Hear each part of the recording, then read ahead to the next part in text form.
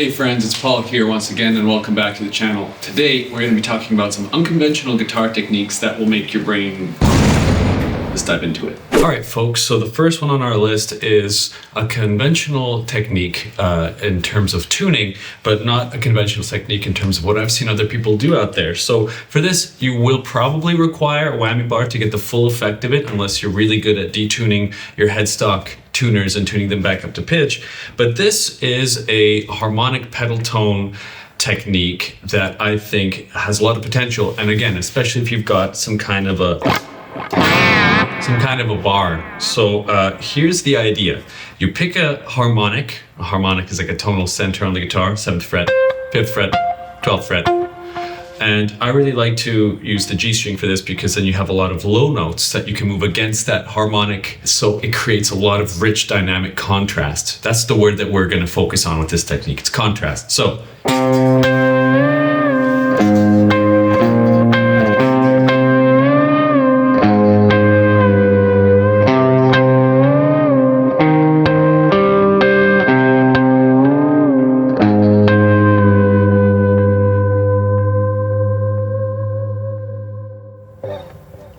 So what do you think of that? I think that's really fun and it has a lot of potential. That already is a song. You know what I mean? Like that's already gonna be something that could turn into something else. So that will allow you to really maybe broaden your horizons of what's possible harmonically. Now, that being said, you have to be pretty good at your harmonics, and I'm allowed to make mistakes. I'm not gonna edit out the fact that I missed the harmonic once or twice there. It is what it is, big deal. Don't be hard on yourself when you're practicing this. Anyway, the whole point of that is to experiment. And if you know your theory, it's a little easier. And if you have a chord progression that you love, it's actually a little easier too. So if you know that that note is like a... is what, I think it's a 5th above whatever your G is, but this is an F, so it's a 5th above an F. So it's a C, I think.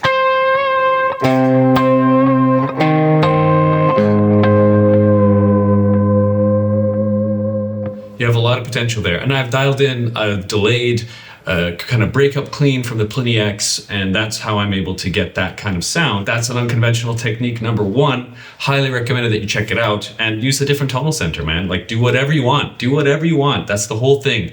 There's no expectations when it comes to guitar except for the ones that you put on yourself when you start to play it. At the end of the day, it's all holistic and cool on this channel. I don't like to peddle negative crap. So the next one is going to be a little bit of a weird one. And I'm borrowing it from Al Di Meola because he is one of the best guitar players of all time. And he came up with these really great chords and these really great ways of thinking about rhythm that I just have tried to incorporate in my playing in terms of improvisation. And so this is an unconventional technique that I find unconventional. Usually when you play to a click, you're playing to a set, dead, good old metronome of like the, you know, which is good and fine and nice, but when you play on that foot down, the one thing that he said in a video, it must have been Guitar World or one of those kinds of videos on YouTube here, is to play around that. So get comfortable with the...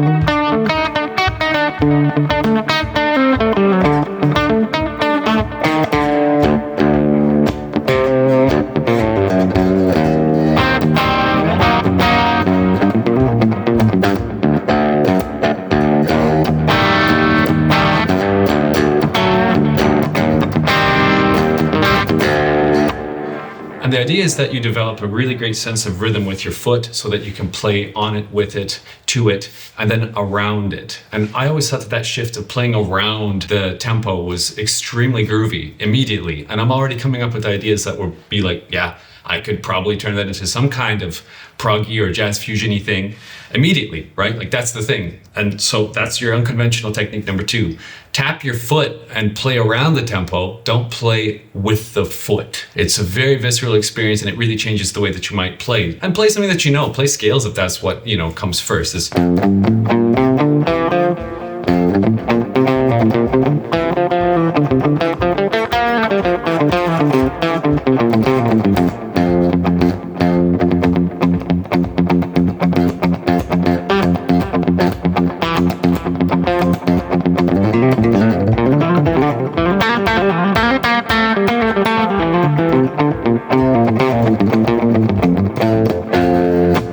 pretty easy example, right? The only other caveat I would recommend is if you're used to playing scales in a linear fashion, double up on a couple of the notes, because then it creates a melody. So what I mean is quite literally.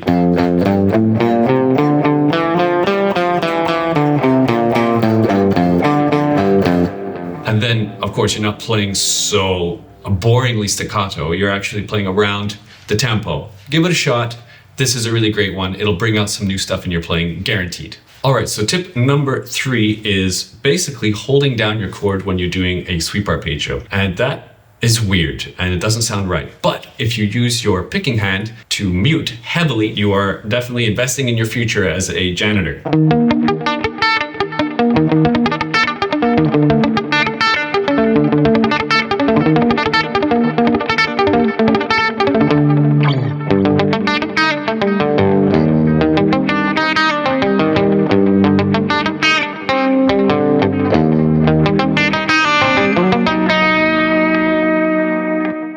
Now, I'm just, again, playing very, very simple kind of chords with a little chord progression that I already love to play and improvise over, but I'm adding a little bit of rule number 2, which is not to play exactly on the beat every time, doubling up some notes too, and I'm holding down the chord. This is something that's not really done to great effect, and I would recommend maybe getting a compressor on your guitar signal so that you can really experience the full-fledged nature of this. And hey, you don't have to just play those kinds of things. Playing this first example, by the way,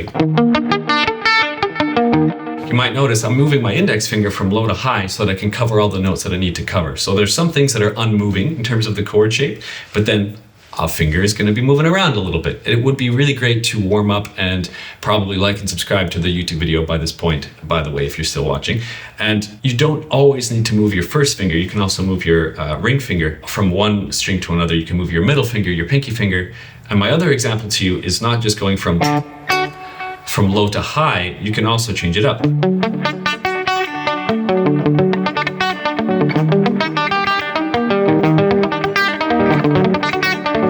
So in that example, I'm moving from the F to the D string because I'm in D standard, and that works just as well. And that's a more typical sweep arpeggio that you might know.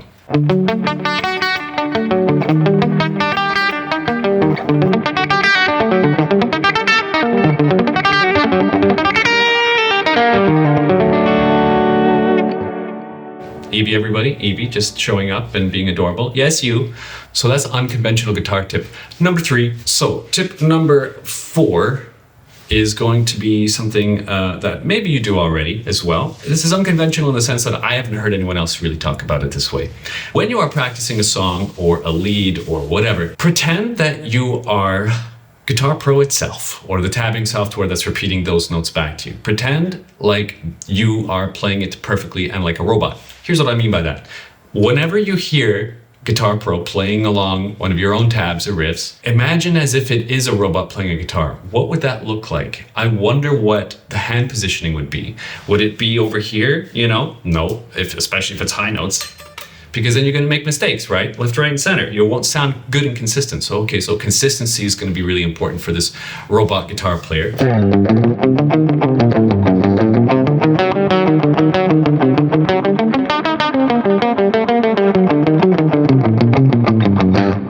So that's kind of the idea. You want to play as perfectly as possible, of course, at whatever tempo makes sense for you whenever you're learning a song or you're learning your own riffs that you've composed into Guitar Pro, which a lot of people do. And I think it's really valuable of an insight to be like, okay, what would it take for me to sound that consistent? You know, is it my hand positioning? Like, this immediately identifies all of the problems that you might possibly have with your guitar playing, right? Because if you can't do it, that means you need to practice it. Okay, great. But if you can't do it at a certain tempo, but at another tempo, is it possible, right? So suddenly it is an interesting insight into what are you writing and is it really humanly a thing? This kind of can be very exposing, and a lot of people might get a little bit like, of course I can play what I write. I wrote it after all. Don't be upset with me, okay? It's just a good test to see what's possible. In the same way that a lot of people write, let's say, drum parts on a DAW, and the 30-second notes at 400 BPM is kind of happening with the kick drum and the snare drum for blast beats. It's like, well, is it possible? Truly? So this is a great audit of your own guitar playing in the first place, and I think it's unconventional because it's not normal, right? Like we are feeding prompts into all the different things out there, AIs and whatnot, right? But what if you feed that prompt into your own brain? What would it take for me to play that perfectly? How comfortable can I get playing that so that it's automatic? You know, where's my positioning of my left hand? Where's my thumb positioning? Where's my right hand positioning? How consistent can I get it? And the first way that I would look at doing this is basically looking at your alternate picking. If you're a guitar player playing any kind of metal, you need alternate picking.